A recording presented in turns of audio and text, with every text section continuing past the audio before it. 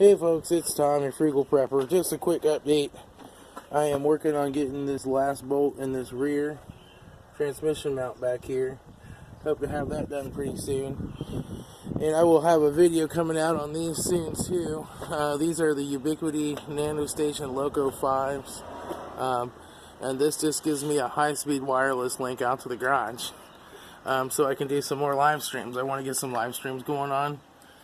That just runs inside here to my little inside access point and switch, and gives me wireless in the garage.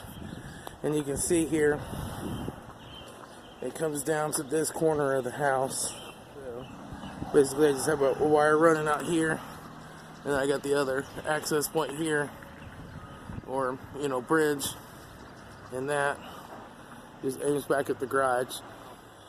These are actually pretty cool. These can go up to about 2.5 miles or 5 kilometers. And they can go up to 300 megabits. Although real throughput on these is probably more close to 140 or so.